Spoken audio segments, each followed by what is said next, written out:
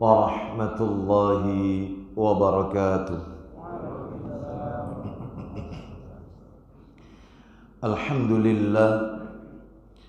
Alhamdulillahi hamdan katsiran tayyiban mubarakan fi kama yuhibbu rabbuna wa yarda.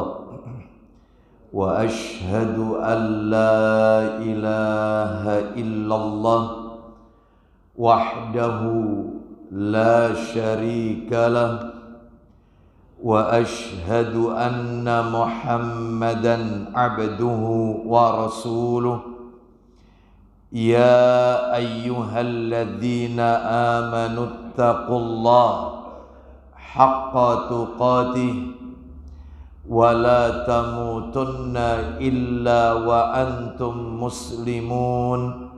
Amma ba'du, fa inna asdaqal hadisi kitabullah wa khairal hadi hadi Muhammadin sallallahu alaihi wasallam wa syarral umuri muhdatsatuha wa kullu muhdatsatin bid'ah wa kullu bid'atin dhalalah wa kullu dhalalatin finnar.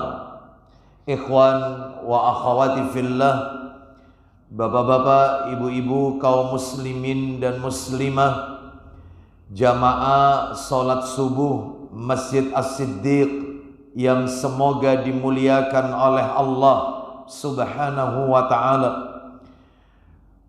Tidak ada kata yang patut kita ucapkan di pagi hari ini selain rasa syukur kita kepada Allah Subhanahu wa ta'ala atas segala karunia nikmat yang telah Allah berikan kepada kita. Di antara kenikmatan-kenikmatan tersebut, diberikannya kita kesehatan, diberikannya kita kemudahan, kesempatan untuk menunaikan ibadah salat subuh yang dilakukan secara berjamaah. Semoga rangkaian amal ibadah yang kita lakukan pada pagi hari ini semuanya tercatat di sisi Allah sebagai pemberat timbangan amal kebajikan kita kelak di yaumil mizan. Lebih dari itu, Bapak Ibu sekalian, Nabi sallallahu alaihi wasallam bersabda dalam hadis riwayat Bukhari dan Muslim, "Man shallal bardaini dakhalal jannah." Barang siapa yang salat pada dua waktu yang dingin, barang siapa mengerjakan salat pada dua waktu yang dingin, maka baginya adalah surga. Kata para alim ulama, yang dimaksud dengan salat bardain, dua waktu yang dingin, adalah salat subuh dan salat asar. Semoga kita semua termasuk hamba-hamba Allah yang Nabi sebutkan dalam hadis beliau tersebut.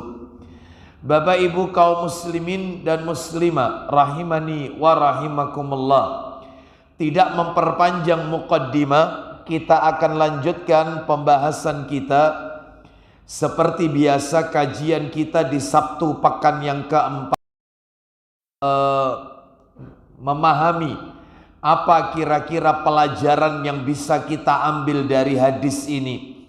Kita baca, an Abi Najihin al-Irbad bin Sariyata radhiyallahu anhu qala, dari sahabat Abu Najih Al-Irbad bin Sariyah, semoga Allah meridhoinya, dia berkata, "Shalla bina Rasulullah sallallahu alaihi wasallam dzata yaumin thumma aqbala alaina." Suatu ketika Rasulullah sallallahu alaihi wasallam pernah salat bersama kami. Ini yang menceritakan sahabat Irbad bin Sariyah yang kunyahnya adalah Abu Najih. Kita lanjutkan kata sahabat Irbad bin Sariyah radhiyallahu an. Suatu ketika Rasulullah SAW pernah sholat bersama kami, lalu beliau menghadap ke arah kami. Setelah sholat beliau menghadap ke arah kami, yaitu makmum. Fawa'adhana mau'idhatan balighatan dharafat minhal uyun wa wajilat minhal qulub. Artinya, kemudian beliau sallallahu alaihi wasallam memberikan nasihat kepada kami dengan nasihat yang sangat menyentuh, yang membuat mata menangis, hati bergetar. Faqala qailun, ada seseorang yang berkata kepada Nabi sallallahu alaihi wasallam, "Ya Rasulullah, ka'anna hadhihi mau'izatun muwaddi'in, famada ta'hadu ilaina." Wahai Rasulullah, nampaknya ini adalah nasihat dari orang yang akan berpisah. Lantas apa yang engkau wasiatkan kepada kami? Nampaknya ini adalah wasiat yang orang akan wafat. Maka apa wasiatmu kepada kami, wahai Rasulullah? Nah ini ya, Bapak Ibu sekalian, apa jawaban Nabi sallallahu alaihi wasallam? Faqala, beliau bersabda, usikum bitaqwallah was-sam'i wat-ta'ati wa in abdan habasyian. Artinya, aku wasiatkan kepada kalian supaya bertakwa kepada Allah. Ini pentingnya takwa, nanti kita akan bahas. Tetap mendengar dan taat, walaupun yang memerintahkan kalian adalah seorang budak Habasyah yang berkulit hitam. Habasyah, Ethiopia. Bapak Ibu sekalian rahimani wa rahimakumullah. Lalu Nabi melanjutkan sabdanya, fa innahu man ya'ish minkum ba'di fasayara ikhtilafan katsira. Sungguh orang-orang yang hidup setelah aku, orang-orang yang hidup setelah aku wafat akan melihat perselisihan yang sangat banyak. Fa'alaikum bisunnati wa sunnatil khulafa'il mahdiyina ar-rasyidin. Maka hendaklah kalian, wajib atas kalian berpegang teguh dengan sunnahku dan sunnah khulafa'ur rasyidin yang telah mendapatkan petunjuk. Jadi kata baginda Rasul sallallahu alaihi wasallam, orang-orang yang hidup setelah aku wafat akan melihat perselisihan yang sangat banyak. Agar kalian tidak centang perenang, agar kalian tidak seperti buih yang di lautan, supaya kalian bersatu. Maka Nabi memberikan solusi. Solusinya adalah berpegang teguh dengan sunnahku dan sunnah para khulafa'ur rasyidin yang mendapat petunjuk. Bagaimana cara berpegangnya? Nabi lanjutkan, tamassaku biha wa addu 'alaiha bin nawajid. Berpegang teguhlah dengannya. Di sini dua sunnah tersebut dijadikan satu oleh Nabi. Nabi tidak membahas satu persatu lagi, tetapi sudah digandeng dijadikan satu. Berpegang teguhlah dengannya. Di sini sunnah Rasul dan sunnah para khulafa'ur rasyidin. Dan gigitlah dengan gigi geraham kalian. Nabi memberikan yaitu perumpamaan dengan gigi geraham, karena gigi geraham jika menggigit lebih kuat daripada gigi depan. Seakan-akan Nabi mengatakan kepada kita, pegang erat-erat, pegang kuat-kuat, jangan dilepas. Yaitu dua sunnah tersebut. Wa iyyakum wa muhdatsatil umur. Dan jauhilah oleh kalian perkara-perkara baru dalam urusan agama. Fa inna kulla muhdatsatin bid'ah. Sebab setiap perkara baru dalam urusan agama itu adalah bid'ah.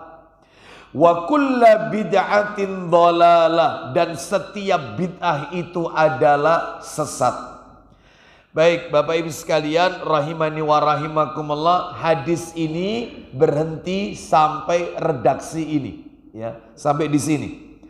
Adapun redaksi yang lain ada sedikit penambahan Bapak Ibu sekalian, yaitu sebagaimana adapun yang kami bacakan di depan tadi adalah redaksi riwayat Abu Dawud dalam sunannya, Sunan Abu Dawud. Nomor hadisnya 4607 yang kami bacakan di depan tadi.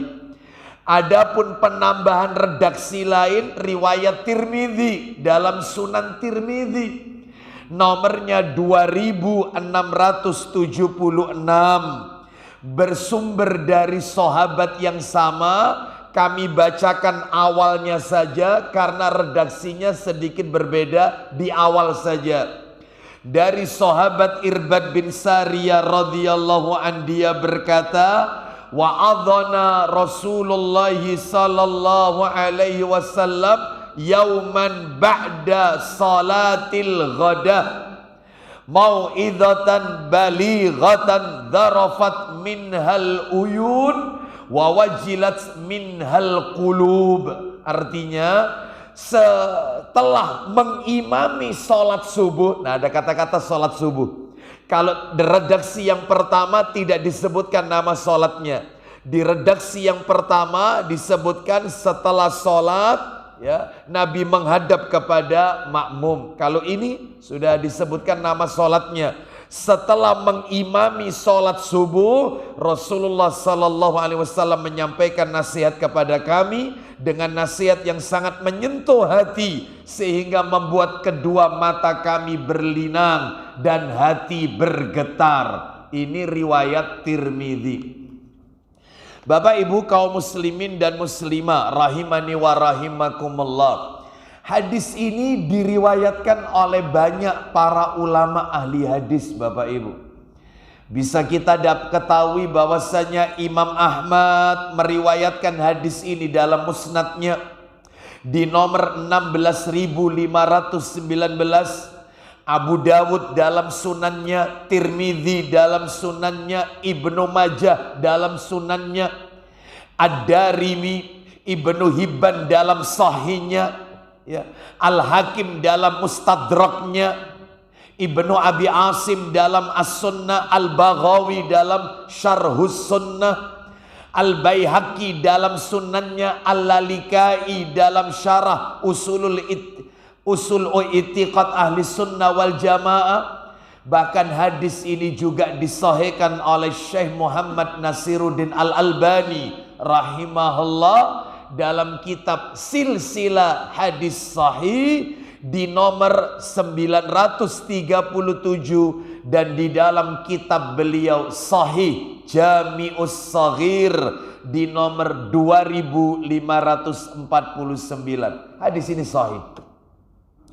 Lalu kemudian apa yang bisa kita ambil pelajaran dari hadis ini? Sebelum kita masuk pelajarannya apa, sekilas saja Bapak Ibu, sekilas saja mari kita ketahui biografi sang perawi hadis ini, pembawa cerita hadis ini, yaitu Al-Irbad bin Sariyah radhiyallahu an. Tak kenal maka tak sayang. Bagaimana kita bisa mencintai para sahabat-sahabat Nabi kalau kita tidak mengenali biografi mereka? Minimal singkat aja. Disebutkan dalam kitab Siyar A'lam An-Nubala yang ditulis oleh Imam Adz-Dzahabi rahimahullah, ternyata beliau ini Irbad bin Sariyah radhiyallahu an memiliki kunyah sahabat Nabi yang banyak menangis Bapak Ibu. Beliau ini terkenal kelembutan hatinya dan banyak menangis. Salah satunya adalah dalam hadis ini dan di dalam riwayat yang lain juga beliau pernah menangis kepada Rasulullah sallallahu alaihi wasallam lantaran beliau menginginkan turut berperang mendampingi Nabi pada saat peperangan Tabuk. Ternyata Nabi tidak izinkan. Kenapa? Karena beliau radhiyallahu an tidak memiliki perbekalan yang cukup untuk berangkat ke medan jihad, yaitu di perang Tabuk. Maka sahabat Irbad bin Sariyah menangis. Lalu setelah itu turun firman Allah. Turunnya firman Allah yang akan kami sebutkan sesaat lagi itu lantaran peristiwa Irbad bin Sariyah meminta ikut berperang, tidak diizinkan lantaran tidak memiliki perbekalan. Turun ayat ini, yaitu firman Allah di dalam Al-Quran, suratnya surat nomor 9 At-Taubah, surat yang ke-9 At-Taubah ayat 92. Allah Ta'ala berfirman, kita dengarkan ayatnya, siap terjemahannya. Allah berfirman, At-Taubah surat 9 ayat 92.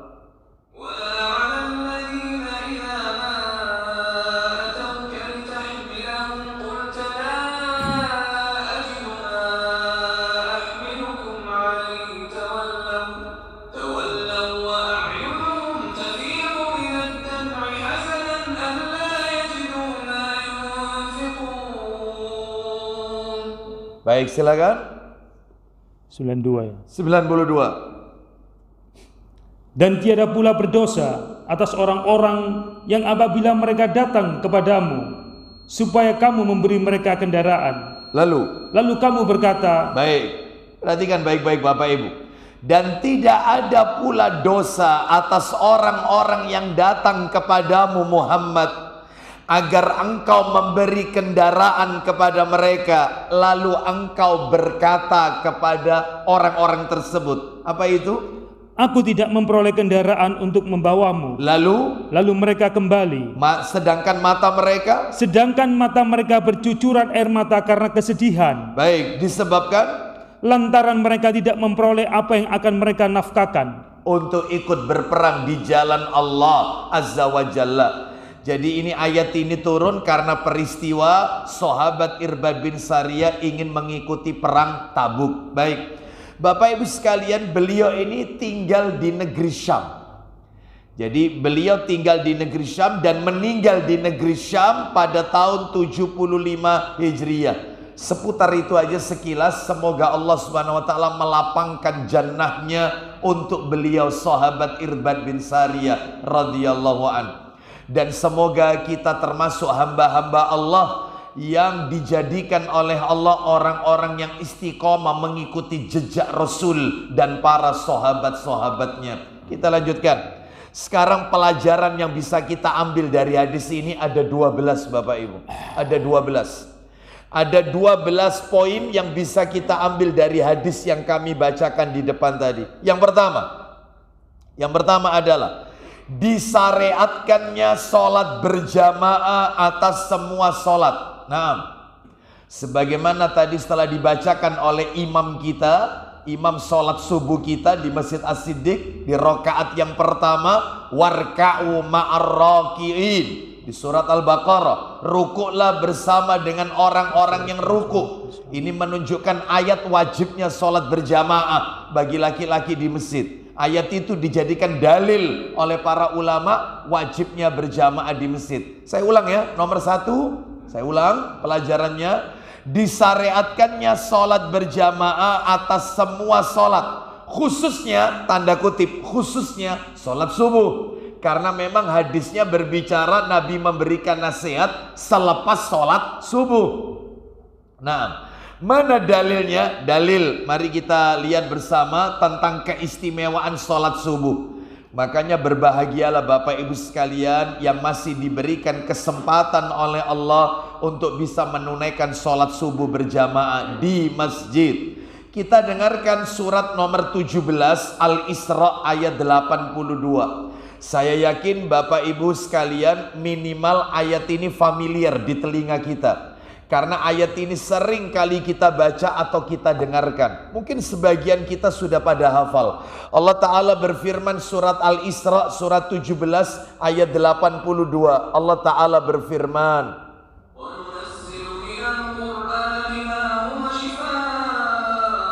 mohon maaf 78 maksud saya. 78. Surat 17 ayatnya 78. Allah Ta'ala berfirman,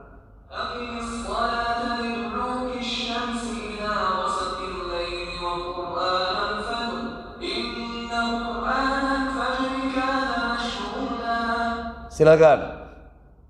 Dirikanlah sholat dari sesudah matahari tergelincir sampai gelap malam. Baik, perhatikan Bapak Ibu sekalian. Ulang lagi kalimatnya Pak Didi, silakan. Dirikanlah sholat dari sesudah matahari tergelincir sampai gelap malam. Lanjut. Dan dirikanlah pula sholat subuh. Kemudian, sesungguhnya sholat subuh itu disaksikan oleh malaikat. Bapak Ibu sekalian, rahimani wa rahimakumullah. Perhatikan ayat ini. Di dalam ayat ini Allah Subhanahu wa taala menjelaskan tentang 5 sholat waktu. 5 sholat waktu.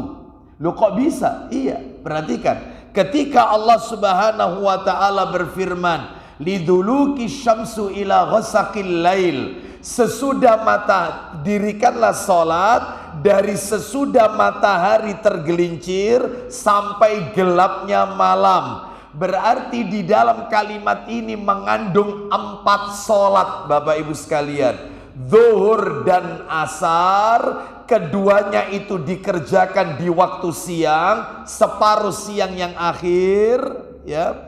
Sedangkan maghrib dan isya keduanya adalah sholat yang dikerjakan pada waktu malam. Liduluki syamsi ila ghasaqil lail, sesudah matahari tergelincir sampai gelapnya malam. 4 sholat Allah sebutkan dalam kalimat ini. Terakhir, yaitu Allah Subhanahu wa taala menjelaskan, yaitu wa Qur'an al-fajr, dan dirikanlah pula sholat subuh.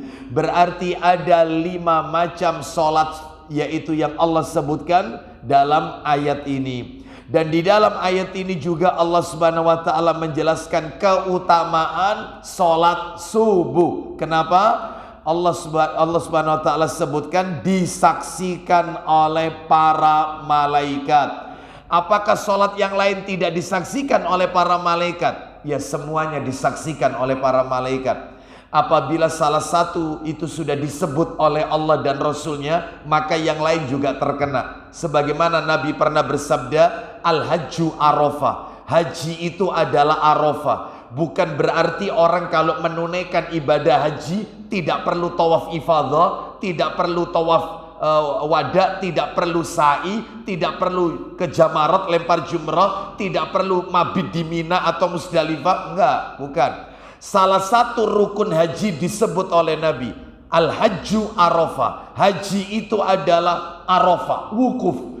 Bukan berarti yang lain tidak penting, yang lain juga terkena. Kalau salah satu rukun sudah disebut, rukun-rukun yang lain mengikutinya. Termasuk ayat ini. Subuh disebut, disaksikan oleh para malaikat. Maka sholat-sholat yang lain pun juga disaksikan oleh para malaikat. Semoga Allah menerima ibadah sholat subuh yang baru saja kita lakukan. Bapak Ibu sekalian rahimani wa rahimakumullah. Bahkan saya akan sebutkan beberapa, yaitu keutamaan dari sholat subuh, agar kita ini lebih semangat lagi untuk sholat berjamaah di masjid, terutama sholat subuh. Coba dibuka dalam kitab Sahih Targhib wa Tarhib, Pak Didi minta tolong. Sahih Targhib wa Tarhib jilid 1, yaitu jilid 1, nomor hadisnya adalah 416. 416. Mari kita dengarkan hadis itu dari Abu Hurairah radhiyallahu an. Kita dengarkan. Rasulullah sallallahu alaihi wasallam bersabda, "Inna asqala salatin 'alal munafiqina salatul isya wa salatul fajr." Silakan. Dari Abu Hurairah radhiyallahu an, dia berkata, Ya. Rasulullah SAW bersabda, Isi sabdanya, Sesungguhnya solat yang paling berat bagi orang-orang munafik adalah solat isya dan solat subuh. Solat yang paling berat bagi orang munafik itu solat isya dan solat subuh. Kenapa? Karena ciri daripada orang munafik Allah sebutkan dalam Al-Quran surat An-Nisa ayat 142. Nanti dibaca ya, atau saya bacakan aja. Itu tolong dipotong dulu ya. Kita dengarkan ciri orang munafik di dalam surat An-Nisa ayat 142. Allah Ta'ala berfirman,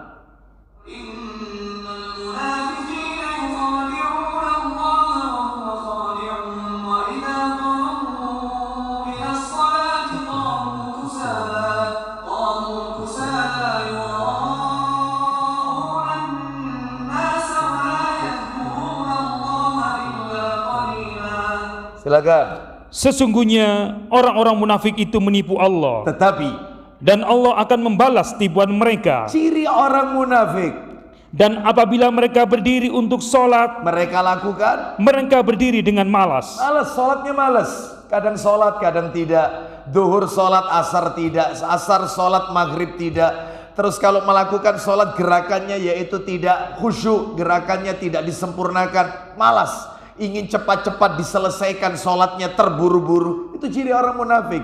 Terus ciri yang kedua, mereka bermaksud riya dengan sholat di hadapan manusia. Baik, ini yang harus digarisbawahi. Orang munafik itu ibadahnya pencitraan, pengen dilihat orang. Jadi kalau nggak dilihat orang, itu malas ibadahnya. Tapi kalau dilihat orang, maka semangat ibadahnya. Lah kaitannya sama hadis tadi, sebentar. Kita tuntaskan dulu ayatnya, setelah itu nanti akan kami sampaikan. Terakhir Pak Didik, ciri orang munafik. Dan tidaklah mereka menyebut Allah kecuali sedikit sekali. Zikirnya sedikit, mengingat Allahnya sedikit. Kembali kepada materi tadi. Kaitannya sama tadi, yaitu ciri orang munafik itu adalah mereka enggan mengerjakan sholat isya dan sholat subuh. Karena di zaman Nabi tidak ada lampu Bapak Ibu. Sehingga kondisi gelap. Wong disebutkan dalam hadis, para sahabat itu ketika sholat subuh, mereka baru mengenali siapa orang yang ada di sampingnya. Kalau sudah terbit matahari, baru tahu si fulan yang ada di kanan kirinya. Karena gelap, sehingga masuk ke bagian orang munafik. Orang munafik itu kan ibadahnya selalu riya. Dia mau ibadah kalau dilihat orang. Sedangkan waktu isya, waktu subuh, gelapnya malam. Jadi kalau zuhur ke masjid, asar ke masjid, karena matahari kelihatan dia sholat. Sedangkan begitu masuk maghrib atau masuk isya, terutama gelap dan subuh, mereka nggak ke masjid, nggak ada yang lihat. Jadi kalau sholli itu dilihat orang, sholatnya dilama-lamakan. Ya, rokaat pertama setelah Al-Fatihah, Al-Baqarah misalnya. Ya. Rokaat kedua setelah Al-Fatihah, Ali Imran, Masya Allah. Ya. Coba kalau nggak dilihat orang. Rokaat pertama setelah Al-Fatihah, surat favorit, Inna A'toina. Rokaat kedua, Qul Wallah. Favorit sudah.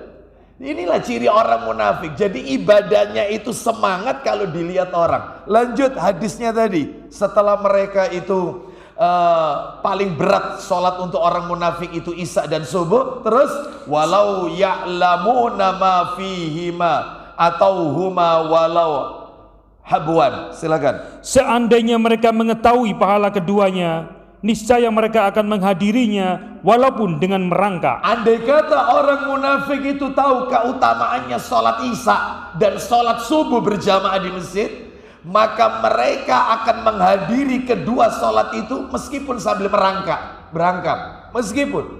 Lanjut terus, walaqad hamamtu an amura bis sholati fataqoma. Silakan. Sungguh aku telah berniat untuk memerintahkan sholat, lalu iqamah dikumandangkan. Aku berniat agar iqamah itu segera dikumandangkan. Terus tumma amura rajulan fayusalli bin nas. Silakan. Lalu aku menunjuk seseorang untuk mengimami orang-orang. Aku pengen agar segera di sholat itu diiqomahkan. Lalu aku ingin agar ada orang yang menggantikan aku untuk mengimami sholat. Terus apa yang Nabi lakukan kalau begitu? Lanjut. Kemudian aku berangkat diiringi beberapa orang dengan membawa ikatan kayu bakar untuk kepada orang-orang yang tidak menghadiri sholat jamaah. Nah, ya.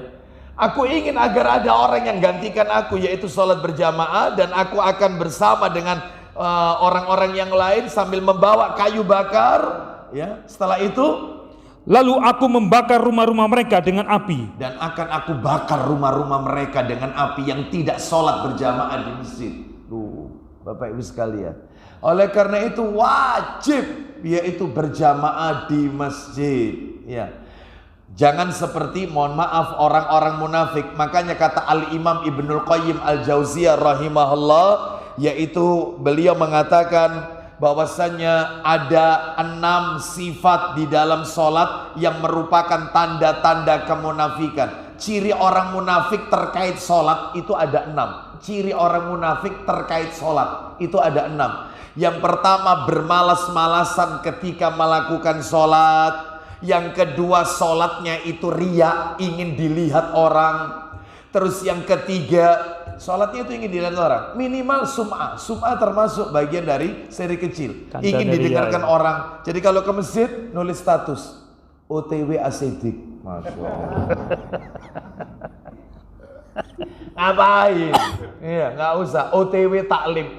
Riya, sum'ah inti, ya. Nggak usah. Loh Ustadz, supaya orang lain itu niru Ustadz. Ini untuk memotivasi. Taib. Kalau ingin memotivasi adalah sebutkan aja, tulis saja keutamaan sholat subuh. Nggak usah menyebutkan diri Anda OTW.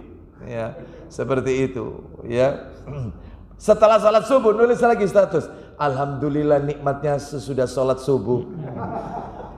Sarapan pecel. Lebay gitu loh ya. Heran saya. Bapak Ibu sekalian. Terus suka mengakhirkan waktu sholat. Ini nomor 3. Suka mengakhirkan. Duhurnya mau asar, asarnya mau maghrib, maghribnya mau isya. Ini ciri orang munafik.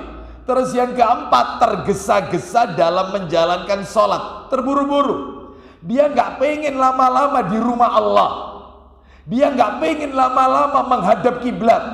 Dia nggak pengen berlama-lama beraudiensi dengan Allah Azza wa Jalla. Karena salat itu bentuk sedang beraudiensi dengan Allah Azza wa Jalla. Saat kita mengucapkan Alhamdulillahi Rabbil Alamin, Allah akan jawab, Hamadani abdi, hambaku memujiku. Beraudiensi, dialog dengan Allah Azza wa Jalla. Dia nggak pengen berlama-lama. Bagaimana mungkin Allah betah lihat mukanya? Wong biasa jadi menghadap kiblat nggak betah. Bagaimana mungkin di akhirat Allah mau melihat wajahnya? Wong di masjid aja dia nggak kerasan. Ini ciri orang munafik, pengennya buru-buru. Ya, tapi kalau urusan duniawi, maka mereka mau berlama-lama di warkop, berlama-lama, ya, dan seterusnya. Yang kelima, setelah sholat tidak berzikir. Setelah sholat tidak berzikir. Yang keenam, meninggalkan sholat berjamaah. Tidak berjamaah di masjid. Baik Bapak Ibu sekalian, jadi ini menunjukkan pentingnya kita sholat berjamaah, khususnya sholat subuh. Kita tambahkan lagi ya, kita tambahkan lagi dalil yang terkait dengan sholat subuh ini. Saya akan berikan penekanan. Coba dibuka dalil yang lain, Pak Didi minta tolong. Sahih Targhib wa Tarhib nomornya 420. 420, coba. Dari Samurah bin Jundab, Samurah bin Jundab radhiyallahu an. Silakan. Dari Samurah bin Jundab radhiyallahu an, dari Nabi sallallahu alaihi wasallam beliau bersabda, Man shallas subha fahuwa fi dhimmatillah. Silakan. Barang siapa salat subuh, maka dia dalam perlindungan Allah. Loh, siapa yang sholat subuh, dia dalam perlindungan Allah. Semoga Allah Subhanahu wa taala memberikan perlindungannya kepada kita semuanya. Amin.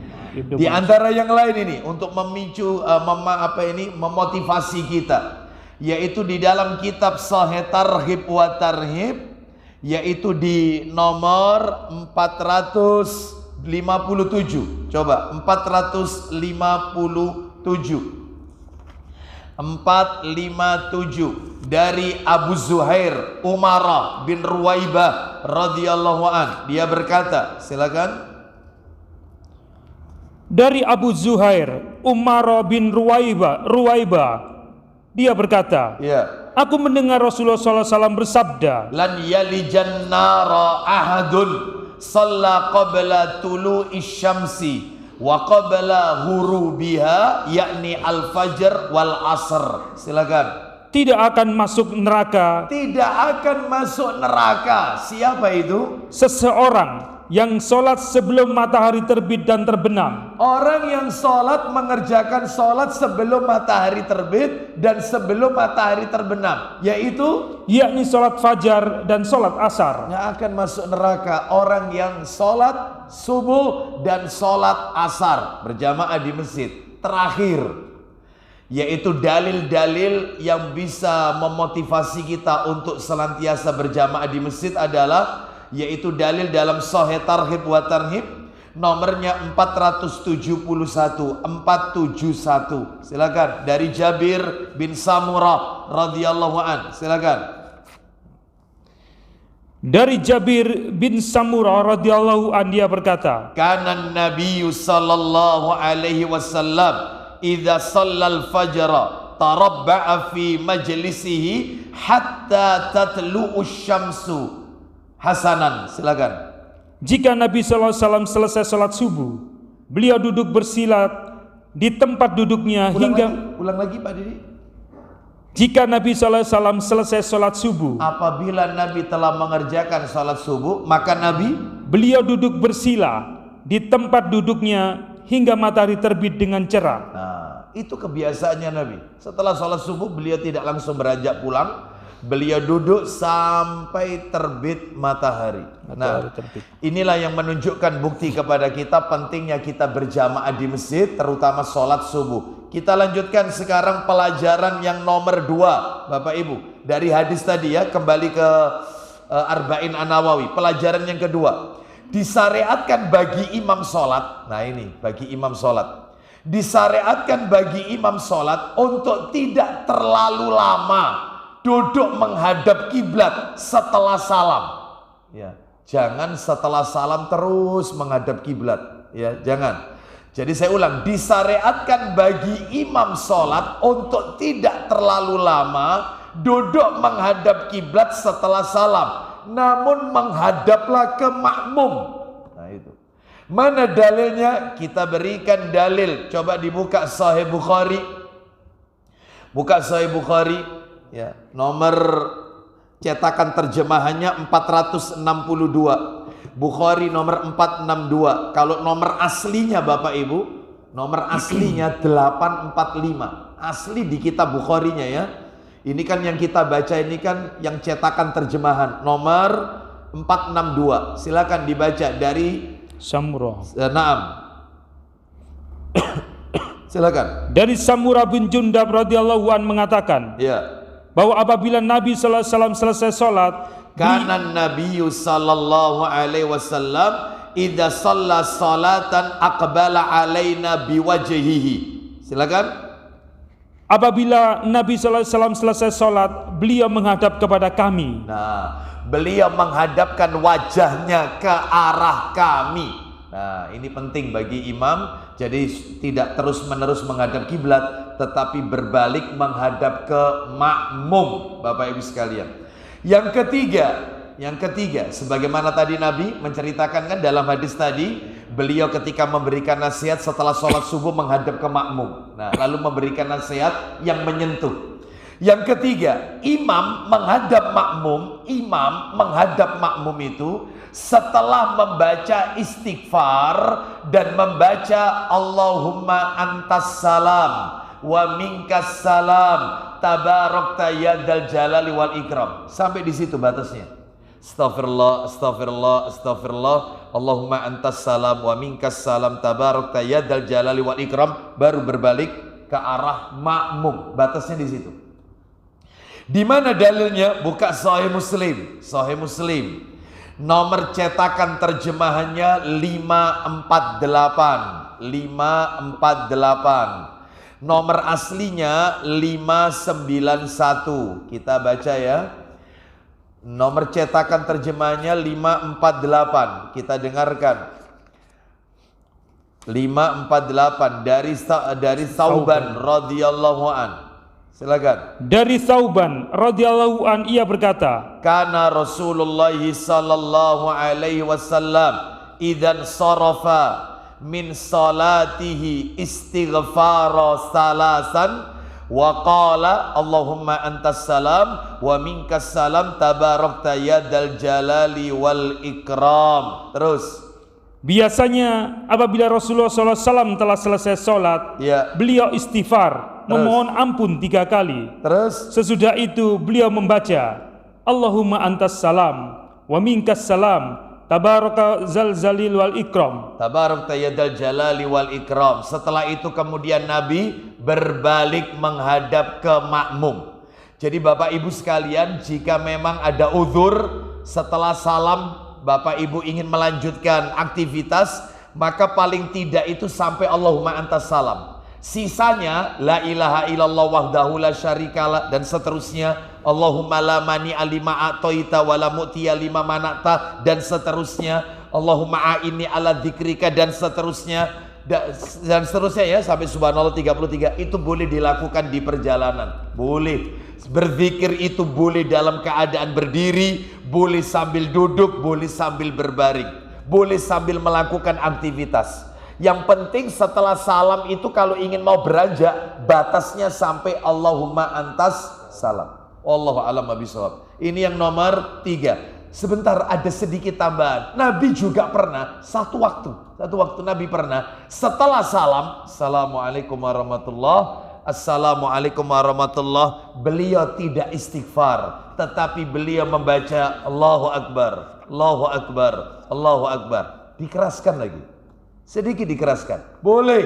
Mana dalilnya? Riwayat, yaitu riwayatnya adalah Abu Dawud. Dalam kitab Sunan Abu Dawud, minta tolong yang sudah di-download.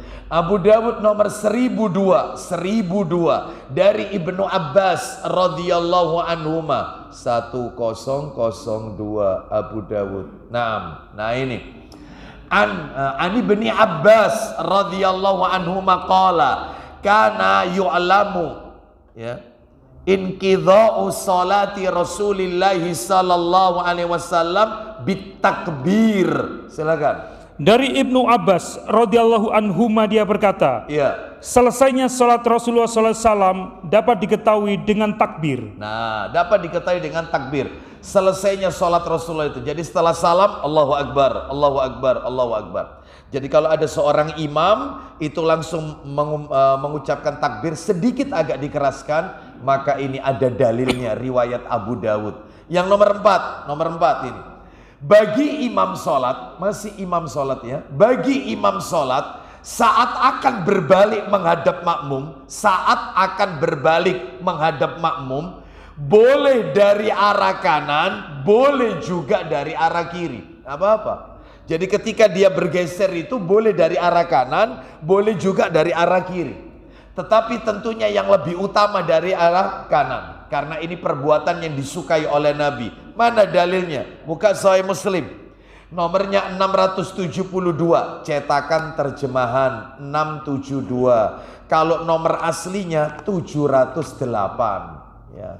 Sengaja saya sebutkan nomor asli, mungkin Bapak Ibu terbiasa membaca nomor aslinya ya di kitab aslinya. Silakan, yaitu dari mana itu? Dari As-Suddi. As-Suddi. Silakan, radhiyallahu an. Silakan. Dari As-Suddi radhiyallahu an, dia bertanya kepada Anas radhiyallahu an, katanya, Apa itu pertanyaan As-Suddi kepada Anas radhiyallahu an?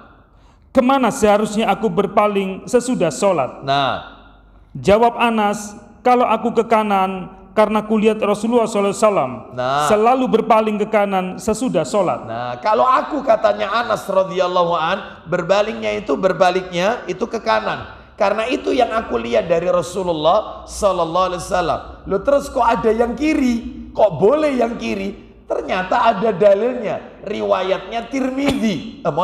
Riwayatnya Bukhari. Nomornya 852. Nah, itu nomor asli.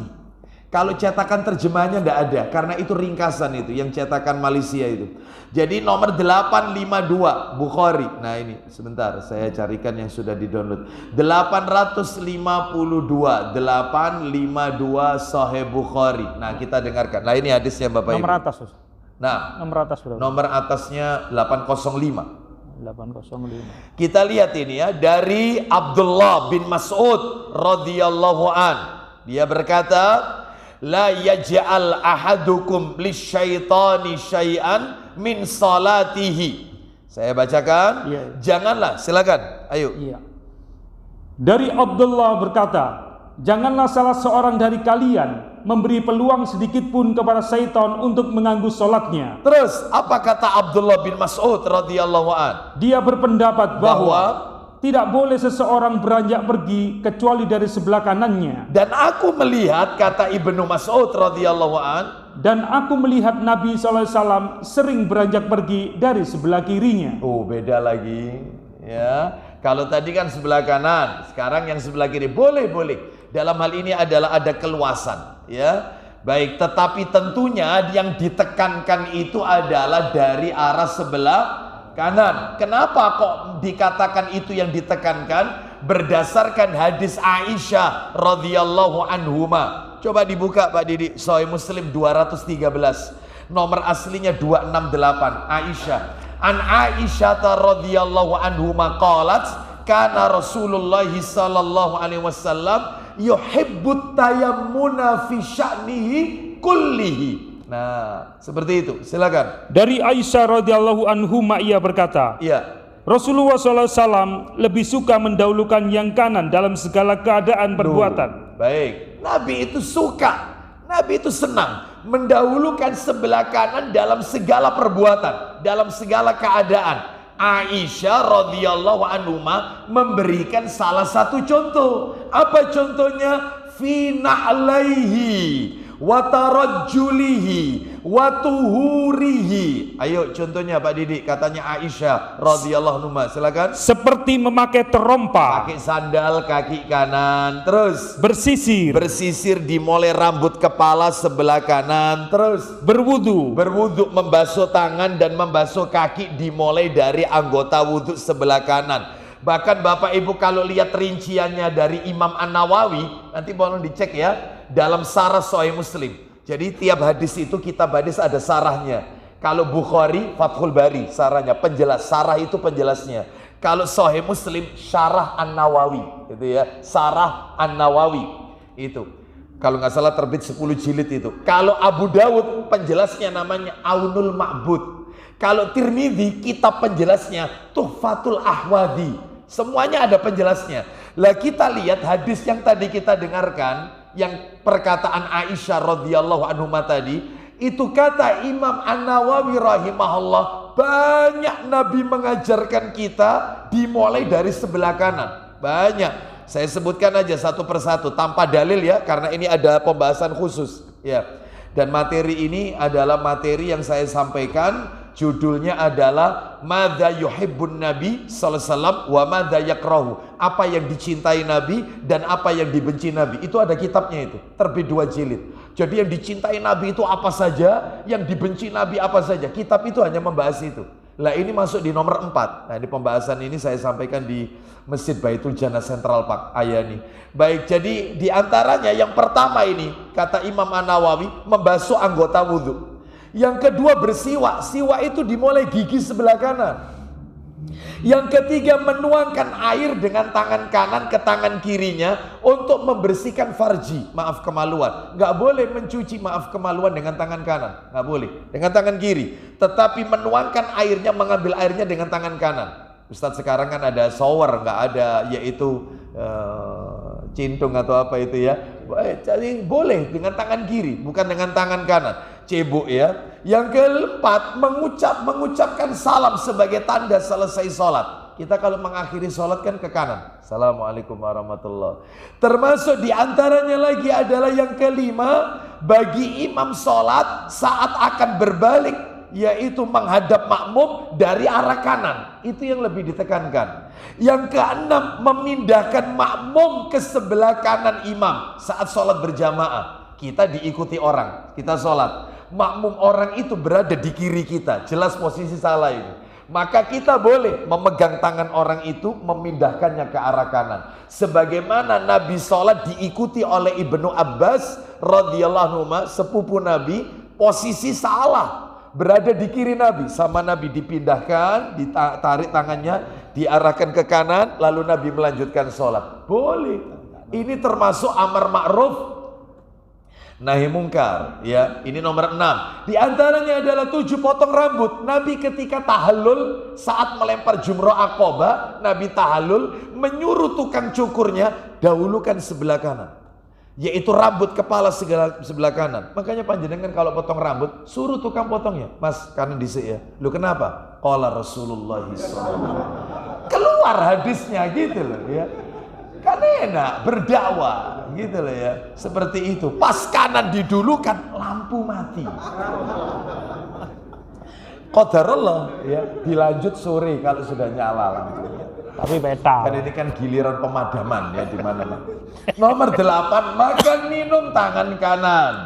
Ya. Terus yang ke-9, mengedarkan makanan minuman ke arah kanan dulu. Kalau kita pegang kendali, pegang makanan itu, kita yang mengedarkan kanan dulu. Yang ke-10, pakai cincin, tangan kanan. Cincin. Kalau wanita bebas, wanita itu di tangan manapun boleh, karena wanita itu memang tempatnya untuk berhias ya. Kalau laki-laki kanan, dan ini memakainya pada tangan kanan, ada dalilnya, dan memakainya boleh jari manis, boleh jari kelingking. Riwayatnya An-Nasai. Ini saya jelaskan waktu itu ya. Dan tidak boleh memakai cincin di jari telunjuk sama jari tengah, nggak boleh. Itu. Yang ke-11, memakai jam tangan. Memang ada di zaman Nabi jam tangan? Nggak ada. Lah terus kok bisa Imam An-Nawawi bahkan dalam kitab Fathul Bari lagi, Ibnu Hajar Al-Asqalani rahimahullah mengatakan boleh tangan kanan karena dikiaskan dengan cincin. Itu kanan ya. Terus yang berikutnya yaitu yang ke-12, memakai sandal, pakai sepatu. Yang ke-13, tidur dengan berbaring ke sisi kanan dengan meletakkan telapak tangan kanan di bawah pipi kanan. Itu tidurnya Nabi, riwayat Bukhari, Muslim. Ini semuanya ada, ini nomor-nomornya ini sebenarnya lengkap ini ya. Cuman ini saya sebutkan aja satu persatu. Dan kata para ahli medis, ini bisa melindungi jantung dari posisi tertindih atau tertekan organ lainnya. Bahkan mengistirahatkan otak kiri ini ya, dan mencegah batu kantung empedu dan lain-lain. Ini medis. Kita ini melakukan bukan karena medis, tapi karena hadis Nabi. Ya. Yang ke-14 masuk masjid kaki kanan. Yang ke-15 potong kuku. Memang potong kuku itu tidak ada dalil khusus Bapak, bebas saja, mau apapun bebas. Tapi kalau kita lihat keterangannya Ibnu Hajar Al-Asqalani dalam kitab Fathul Bari dan Imam An-Nawawi dalam Syarah Sahih Muslim, mereka memberikan aturan. Potong kuku itu dari tangan kanan dulu, dimulai dari jari telunjuk, jari tengah, jari manis, jari kelingking, terus ibu jari kanan. Yang kiri mulai dari jari kelingking sampai ke ibu jari. Ini yang tangan. Adapun kalau yang kaki beda. Kalau yang kaki dimulai dari kelingking kaki kiri, terus menuju ke ibu jari, dari ibu jari kaki kanan terus ke kelingking. Jadi begini. Urut. Ya urut. Yang tangan aja yang nggak urut, sini dulu. Ini fatwa Ibnu Hajar. Ya Allah Ustaz, cik ruwet Ustaz bebas. Ya enggak apa-apa. Enggak apa-apa. Karena memang enggak ada aturan baku qala Rasul, enggak ada. Ini dalam kitab Fathul Bari ya, harus saya sampaikan. Yang ke-16 mencabut bulu ketiak. Itu kanan. Mencabut bukan dikerap, bukan. Untuk menghilangkan pertumbuhannya, mengurangi pertumbuhan. Kalau dikerap dia akan tumbuh lebat, maka dicabut. Itu yang benar. Kalau sakit boleh dikerap. Tapi kanan. Yang ke-17 menggunting atau memotong kumis. Ini kanan dulu. Kanan dulu. Yang ke-18 berada pada saf kanan. Sebab Nabi bersabda, innallaha wa malaikatahu yusalluna ala mayamini sufuf. Sesungguhnya Allah dan para malaikat bersolawat untuk saf sebelah kanan. Kanan imam, kanan kiblat. Itu dapat semua itu. Ya. Terus kemudian, terus kalau saya misalnya ada di saf kiri paling belakang lagi. Ya, apakah saya nggak dapat? Nabi kan bersabda, innallaha wa malaikatahu yusalluna 'alal ladzina yasiluna sufuf. Sesungguhnya Allah, coba Pak Didik saya tarhib buat tarhib jilid 1 Pak Didik, nomornya 505. Ingin tahu? 505 dari Aisyah radhiyallahu anha. Ayo cepat dikit silakan. Ayo. Dari Aisyah radhiyallahu anhuma dia berkata, Ya, Rasulullah SAW bersabda, isinya. barang siapa menutup celah kosong dalam shaf. Oh bukan, 501 coba, 501-nya. 501. Iya. Ya, silakan ayo. Dari Aisyah radhiyallahu anhuma dari Rasulullah SAW beliau bersabda, Isinya sesungguhnya Allah. sesungguhnya Allah dan para malaikatnya berselawat kepada orang-orang yang menyambung shaf. Menyambung shaf. Sekalipun kita ada di sebelah kiri dapat. Mudah-mudahan Allah memberikan kita solawatnya dan solawat para malaikat. Apa maksudnya solawat Allah? Allah memuji hambanya di hadapan para malaikat-malaikatnya. Baik, terus kemudian yang ke-19 zikir dengan tangan kanan. Nah, boleh nggak zikir dengan tangan kiri? Boleh, karena memang setiap badan kita, anggota tubuh kita ini, apalagi jari ini akan ditanya nanti pada hari kiamat. Hindari dengan memakai biji-bijian tasbih, hindari. Karena selain tidak ada contoh dari Nabi, yang kedua tasyabbuh, menyerupai agama lain. Yang kalau berzikir mereka memakai biji-biji tasbih. Hindu dan Buddha biasanya ya. 20, keluar dari toilet kaki kanan, masuknya kaki kiri, keluar toilet kaki kanan. 21, berjabatan tangan. 22, melambaikan tangan ke Hajar Aswad. Bismillahi Allahu Akbar, tangan kanan. 23, menyisiri rambut sebelah kanan. Tadi kan potong rambut, ini menyisir rambut. 24, memakai baju, tangan kanan, ya jaket dan seterusnya. 25, memakai celana. 26, memandikan mayit jenazah, dimulai dari tubuhnya sebelah kanan. Terakhir bercelak. Nabi juga bercelak. Nabi bercelak, bahkan Nabi mengajarkan bercelaklah sebelum tidur. Sebelum tidur bercelak. Kenapa? Karena itu yang dapat menumbuhkan bulu mata dan menjernihkan pandangan mata. Celak dari batu ismit. Batu ismit. Nah, jadi Bapak Ibu sekalian, kalau ada sebagian orang, seperti kemarin ada seorang akhwat berkata, bayi itu biasanya itu bulu matanya dicabutin. Supaya apa? Supaya nanti tumbuhnya itu bagus panjang. Nggak usah, nggak boleh, haram. Mencabut bulu mata itu haram. Haram hukumnya. Maka kalau bisa diberi celak saja supaya bagus ya bulu matanya. Wallahu a'lam bishawab. Jadi kembali kepada materi kita, imam itu kalau berbalik ditekankan kemana kalau begitu? Kanan. Boleh nggak ke kiri? Boleh. Baik, Bapak Ibu sekalian, karena waktunya ini saya cukupkan sampai poin nomor 4. Kita belum beranjak poin nomor 5 tentang masalah nasihat, lembutnya hati para sahabat, mata yang tidak tersentuh api neraka itu mata yang bagaimana, pentingnya wasiat takwa, pentingnya taat sama ulil amri, ya, dan seterusnya. Wajib mengimani berita yang Nabi sampaikan tentang perselisihan. Terus jalan selamat dari perpecahan itu apa? Terakhir masalah bid'ah. Nah itu nanti yang poin nomor 12. Insya Allah pada kesempatan berikutnya jika Allah takdirkan kita bertemu kembali. Baik, ada yang mau bertanya? Silakan Bapak. Kalau menyuguhkan makanan itu dari sebelah kanan atau kiri, Ustaz? Kanan. Coba dibuka Sahih Muslim. Coba dibuka Sahih Muslim. Nomornya 1951.